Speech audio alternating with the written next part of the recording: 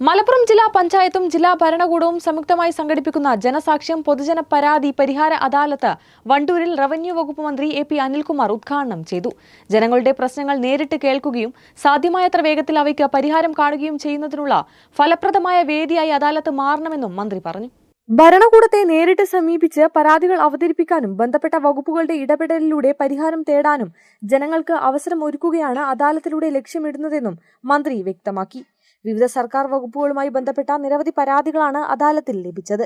വർഷങ്ങളായി പരിഹാരം കാത്തുകിടക്കുന്ന അപേക്ഷകളും പരാതികളും ഇതിൽ ഉൾപ്പെടുന്നു.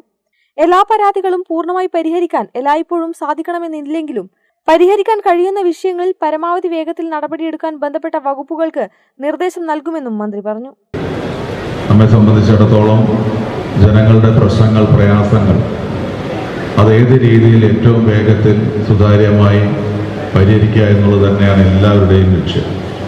നമുക്ക് ഇത്തരം അദാലത്തുകളുടെ ഒരു പ്രത്യേകത അല്ലെങ്കിൽ അതിൻ്റെ ഗുണം എന്ന് പറയുന്നത് പലവട്ടം പല ഓഫീസുകളിൽ കയറി ഇറങ്ങി പലപ്പോഴും ഒരു കാര്യം നടക്കുന്നതിന് സമയമെടുക്കുമ്പോൾ ഇത്തരം അദാലത്തുകൾ ഒരു പരിധിവരെയെങ്കിലും പൂർണ്ണമായിട്ട് എല്ലാ പ്രശ്നങ്ങൾക്കും പരിഹാരം കാണാൻ നമുക്ക് കഴിയില്ലെങ്കിലും കുറേയേറെ കാര്യങ്ങൾ പെട്ടെന്ന് പരിഹരിക്കാൻ കഴിയുന്ന വേദികളാണ് ഇത്തരം അദാലത്തുകൾ.